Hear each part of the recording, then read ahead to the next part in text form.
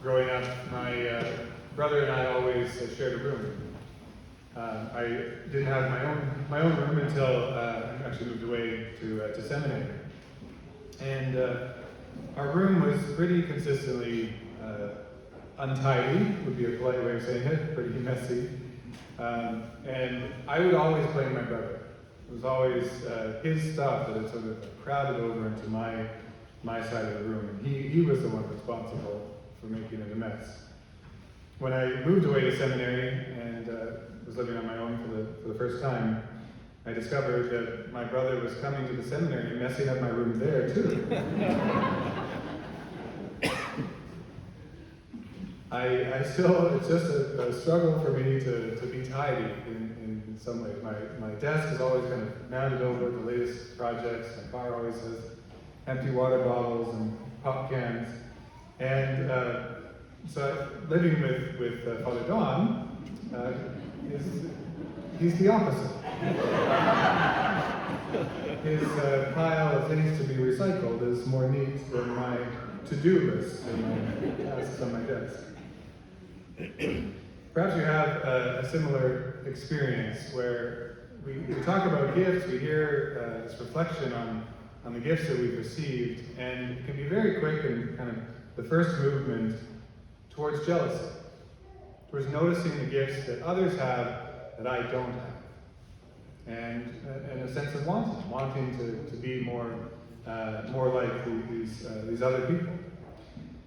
Jealousy is closely related to another obstacle to acknowledging our gifts, which is a way in which we can disqualify ourselves because we're not as gifted as someone else. So we hear the choir singing so beautifully at Mass this morning, and perhaps we have some musical talent, but we can think to ourselves, but I couldn't do that. Or I couldn't sing in front of the congregation.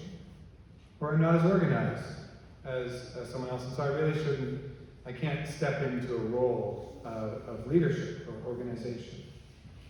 This jealousy is kind of coupled with a sense of diminishment and disqualification. So when we think about the gifts that we might have, or this kind of call from St. Paul and from our parish, so we're reflecting these last week, today, and next week on the gifts, there can be this obstacle to acknowledging the gifts that I do have, and that I might actually have something to offer. It is curious why St. Paul spends so much energy, places so much emphasis on this reflection of the gifts in his first letter to the Corinthians. He goes on at length about the different kinds of gifts and the necessity of each of these gifts. And I think one of the reasons why he spends so much energy and emphasis on this is because he's reminding us, or really wanting to drive home, that we matter. That each of us has been chosen by God to be a part of this community. And that our presence here, our participation in this community is necessary. That we are needed. We're needed by one another, and that He needs us. He needs you to carry out and be a part of the mission of the church and the mission of this parish. There's a great dignity in acknowledging the gifts they do have, and the responsibility that comes with them. I think that one of the challenges in our church can be this sense that others have the responsibility for carrying on the mission or for leadership in the parish. It's very easy to sort of see the priest in that role. What's the priest's job? The priest has to manage the parish and keep the community going, and maybe the paid employees in the parish office. And then there's those keeners, those the volunteers that we always see around, the sacristans and others, but I'm not like that. I think this comes out in a particular way with the involvement in discipleship groups or in Alpha. There can be this sense that, I mean, I know my faith, I was raised in it, but I don't have a lot of confidence that I could have something to contribute, or that I'm just not in the same place as these other people who are involved in discipleship or in Alpha. And I think what St. Paul is reminding us is such an important and timely message, is that each of us does have something to contribute, and that it's necessary. You are necessary. I think we can have a sense sometimes of coming to Sunday Mass and wondering, am I even really noticed? If I weren't to come next week, what difference would that make? I think it's a really important question to address and to reflect if that those feelings are present for you at all. And I think on the one hand, that speaks to the necessity of our community providing a sense of belonging. That we do turn to our neighbor and acknowledge his or her presence. That you are here and you matter, and I'm glad that you're here. And we as All Saints are working towards, we need to continue to grow in this sense of community and belonging. That you are noticed, you belong, we need you, and we're glad you're here. There is also a sense of our own holding back. That our sense of not perhaps being noticed or being having as strong a sense of belonging can be related to this holding back the gifts that we might have. A kind of timidity, that I don't really have much to offer, so I hold back. And it kind of fulfills, it's a self-fulfilling prophecy in that feeling of not belonging.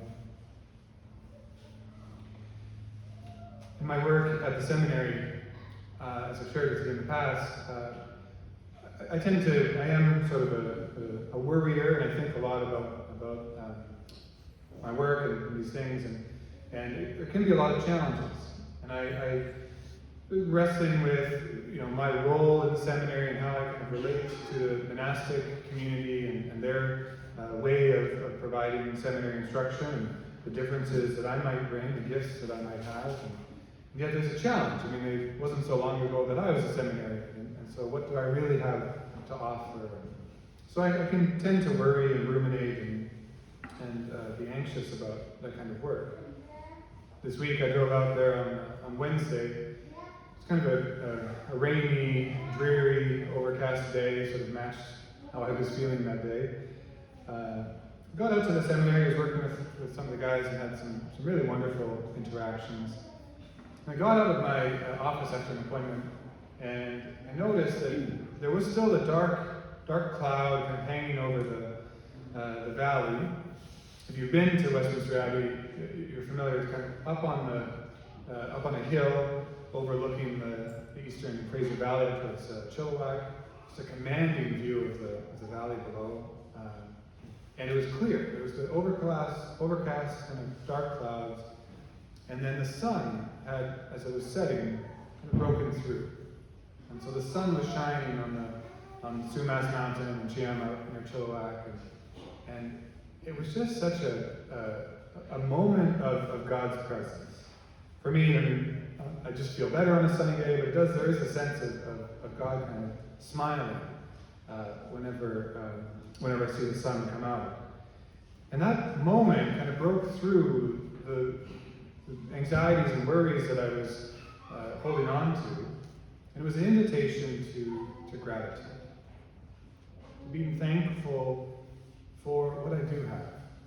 Thankful for the way in which God has been working in my life and working through this ministry with the seminarians. And there was a real shift that occurred for me in that moment and made the rest of the day quite different.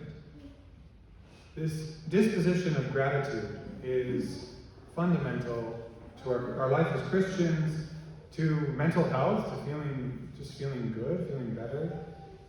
And I think it's essential to this reflection on the gifts that we do have. When we wake up in the morning, look at ourselves in the mirror, making an intentional choice to be grateful. It's so easy to see the flaws, so easy to first kind of move into that place of what I don't have, or what I'm missing, or how even just the worries of the day. And that conscious choice to be grateful, and to be specific about what I'm grateful for that God has given me, can transform our experience of the day and of life, and move us into this place of courage, where we can step out of the timidity, that hesitation, and think, maybe I do have something to contribute. Maybe it won't go great, but I have the courage to take the risk, to step into a relationship in a new and fuller way, or to step into involvement in the parish in a new and fuller way. A group of seminarians that I've been working with at Christ the King have taken this challenge of courage, particularly in the sense of relationships, being courageous to be vulnerable in relationships, and really work towards a healthy kind of intimacy in their relationships. And they've taken as a kind of motto or a mission statement this famous quote from Theodore Roosevelt, "The man in the arena." It is not the critic who counts, nor the man who points out how the strong man stumbles, or where the doer of deeds could have done them better. The credit belongs to the man who's actually in the arena, whose face is marred by dust and sweat and blood, who strives valiantly, who errs, who comes short again and again, because there is no effort without error and shortcoming, but who does actually strive to do the deeds, who knows great enthusiasms, the great devotions, who spends himself in a worthy cause, who at the best knows in the end the triumph of high achievement, and who, at the worst, if he fails, at least fails while daring greatly, so that his place shall never be with those cold and timid souls who know neither victory nor defeat.